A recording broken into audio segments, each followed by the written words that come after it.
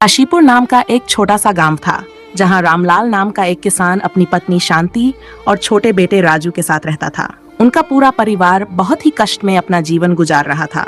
एक दिन शांति अपने पति से चिंता भरी बातें करती है। तुम दिन भर खेतों में मेहनत करते हो, अपना पसीना बहाते हो और बदले में हमें कुछ खास नहीं मिलता। कितने साल बीत गए, लेकिन इतने सालों से हमें यही जिंदगी जीनी पड़ रही है। इतने सालों में आज तक मुझे याद नहीं है कि मैं आखिरी बार कब भरपेट खाना खाकर सोई थी। क्या कभी हमारी हालत सुधरेगी? क्या हमारा परिवार कभी भरपेट खाना खाकर सो पाएगा? शांति, मैं भी यही सोचता हूँ। दिन रात मेहनत करने के बाद भी हमारे हिस्से सिर्फ भूख और थकान आती है। लेकिन अगर मैं हार मान लूंगा तो तुम्हारा और हमारे बच्चों का क्या होगा? मुझे अपने परिवार के लिए जीना है, चाहे कितनी भी कठिनाई क्यों ना आए। मैं कभी भी हार नहीं मानूंगा। मैं अपने बच्चे को लेकर सबसे ज्यादा परेशान रहता हूँ। मैं उसका भविष्य कैसे उज्जवल करूँ? देखो, मैं आपको गलत नहीं बोल रही हूँ। आप तो बहुत मेहनत करते हो, फिर भी हमारी स्थिति पता नहीं क्यों लेकिन ठीक ही नहीं हो रही है। मुझे भी राजू की चिंता होती है। वो कितना पढ़ना चाहता है, कुछ बनना चाहता है। उसका हमेशा से मन है कि वो किसी बड़े स्कूल में पढ़े, लेकिन हमारे पास उसे पढ़ाने के लिए पैसा ही नहीं है। मुझे पता है, लेकिन हमारे पास कोई और रास्ता भी तो नहीं है। हम चाहकर भी उसे बड़े स्कूल में पढ़ने नहीं भेज सकते। राजू अपने माता पिता की सारी बातें घर के बाहर से सुन रहा होता है। वह जानता था कि उसके माता पिता उसकी पढ़ाई का खर्च नहीं उठा सकते, जिससे वह बहुत दुखी होता है। माँ, बाबूजी, मैं समझता हूँ कि आप दोनों बहुत मेहनत करते हैं। मुझे आपसे कोई शिकायत नहीं है, लेकिन मैं भी चाहता हूँ कि मैं पढ़ लिख कर कुछ बनूं, आप दोनों को दुनिया की सारी खुशी लाकर दूं और इस गरीबी से बाहर निकालूं।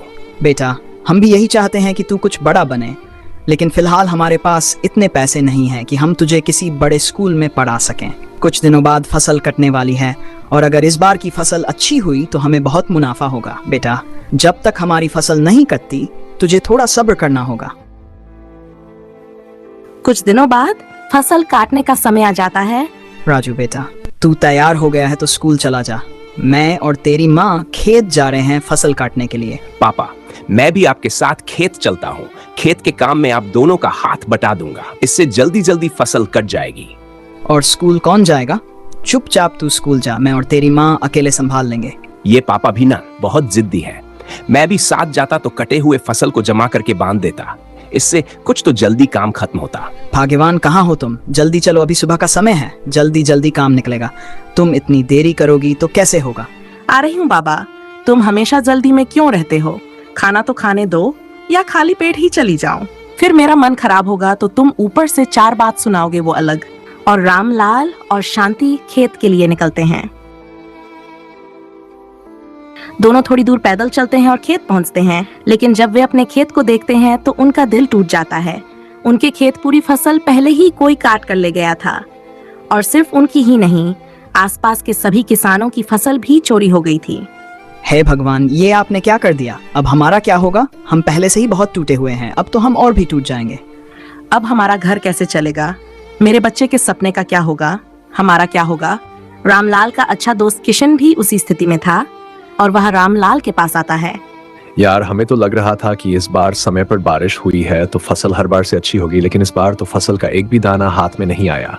और तुम्हें तो जमींदार ठाकुर साहब का कर्ज भी चुकाना है और तेरे पास तो कुछ भी नहीं बचा जिसे बेचकर पैसा मिलता। अब कर्ज कैसे चुकाएगा भाई? भाई, मुझे खुद भी नहीं पता कि मैं क्या करूं। मैं ठाकुर साहब से पहले ही बहुत कर्ज ले चुका हूं। सोचा था इस बार फसल बेचकर उनका पूरा कर्ज चुका दूंगा, लेकिन हालात ने ऐसा लात मारा है कि अब ठीक से उठ भी नहीं पाऊंगा। अब तो वो मुझसे सब कुछ छीन लेंगे। मैं तेरी मदद करना चाहता हूँ, पर मेरे पास भी कुछ नहीं है। हम दोनों की हालत एक जैसी है। मैं भी उन्हें बहुत उधार ले चुका हूँ, वो मुझसे भी सब छीन लेंगे। हम गरीबों के पास मदद के लिए कोई नहीं है, बस हमारी मेहनत ही हमारा सहारा है। काहे का सहारा भाई? 6 महीना मेहनत करने के बाद भी हमारे पास क्या आया? कुछ नहीं। जब वे आपस में बात कर ही रहे होते हैं, उसी वक्त ठाकुर साहब का आदमी आ जाता है। रामलाल, ठाकुर साहब ने कहा है कि तुम कर्ज क्यों नहीं चुकाते हो। तुमसे जब भी कर्ज मांगा जाता है तुम हमेशा आजकल करते रहते हो। अगर तुमने इस हफ्ते तक कर्ज नहीं चुकाया तो तुम्हारी सारी ही जमीन जब्त कर ली जाएगी। भाई, थोड़ी मोहलत दे दो। तुम्हें मालूम ही होगा कि इस बार की फसल चोरी हो गई है। हमारे पास फसल ही नहीं है, तो मैं तुम्हारा कर्ज कैसे वापस करूंगा? लेकिन मैं वादा करता हूँ अगले साल तक मैं तुम्हारा पूरा कर्ज चुका दूंगा। ठाकुर साहब ने साफ कहा है कि तुम्हारे फसल के साथ कुछ भी हुआ हो, इससे हमें कोई मतलब नहीं है। इस बार तुम हो या कोई और, किसी को भी कोई मोहलत नहीं मिलेगी। या तो कर्ज चुका या जमीन छोड़।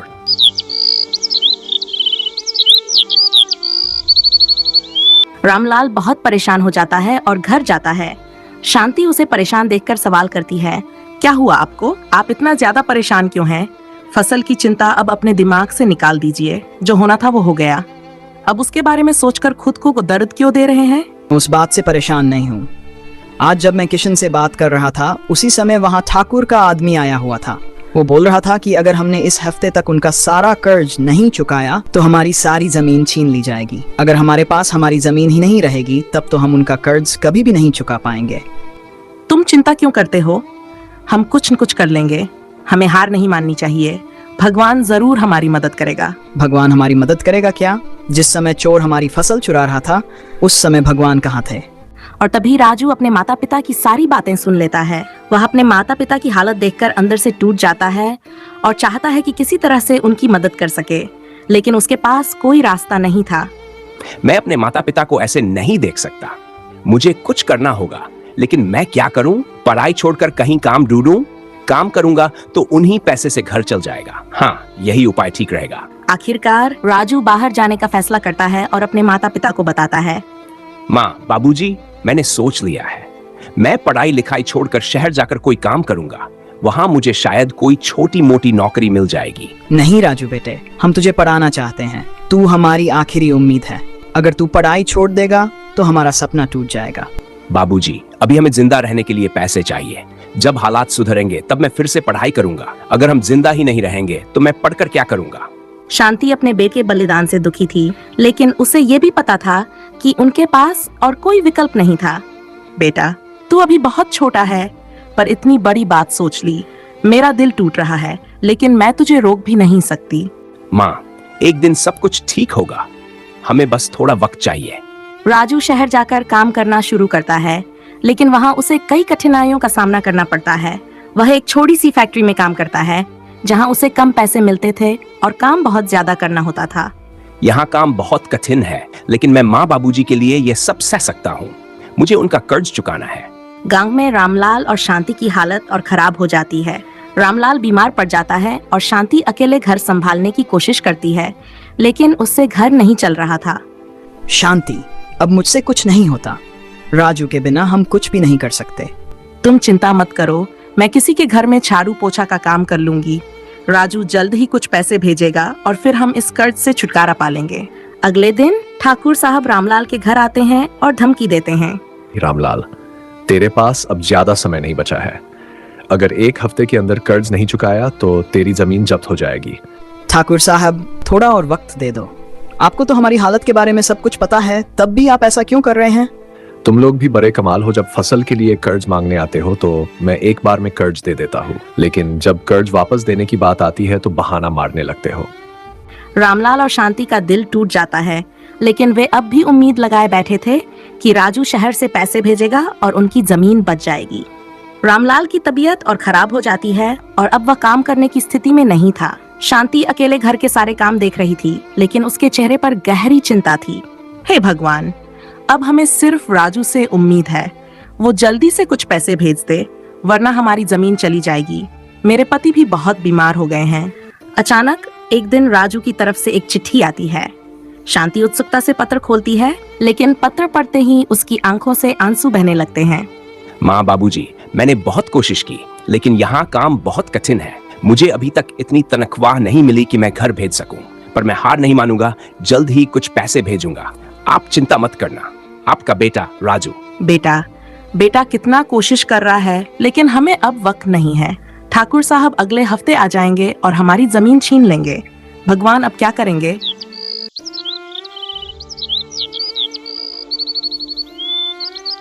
एक हफ्ते बाद ठाकुर साहब अपने आदमियों के साथ रामलाल के घर आते हैं। रामलाल, जो बीमार था, बिस्तर से उठकर बाहर आता है, लेकिन उसकी हालत बहुत खराब थी।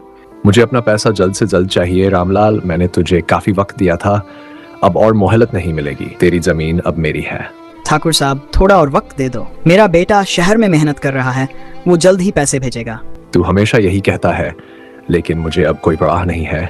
तुझे कर्ज चुकाना था और अब तेरी जमीन जब्त होगी। उसकी आंखों में आंसू थे, लेकिन अब उसमें लड़ने की ताकत नहीं बची थी।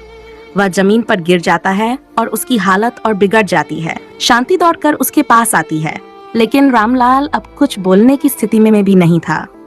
शांति, अब मुझसे नहीं लड़ा जाएगा। मैं हार गया हूँ। अब मुझ में ताकत नहीं बची। अब मुझ में जीने की हिम्मत नहीं है। तुम मुझे छोड़कर मत जाओ। हमें अभी भी लड़ना है, हमारे बेटे के लिए। हम हार नहीं मान सकते। उसकी आंखें धीरे धीरे बंद हो जाती हैं और उसके हाथ शिथिल हो जाते हैं। शांति उसे जोर से पकड़ लेती है, लेकिन रामलाल अब इस दुनिया को छोड़ चुका था। शांति रोते हुए ठाकुर साहब की ओर देखती है, लेकिन वह कुछ नहीं कर सकती थी। ठाकुर साहब अपने आदमियों को जमीन पर कब्जा करने का आदेश देते हैं। शांति की सारी उम्मीदें टूट चुकी थी और वह रामलाल के बेजान शरीर के पास बैठकर फूट फूट कर रोने लगती है। हमने सिर्फ दिन रात मेहनत की, लेकिन हमारी किस्मत ने हमें धोखा दिया। गरीबों की जिंदगी में कोई उम्मीद नहीं बचती। अब मैं क्या करूंगी भगवान?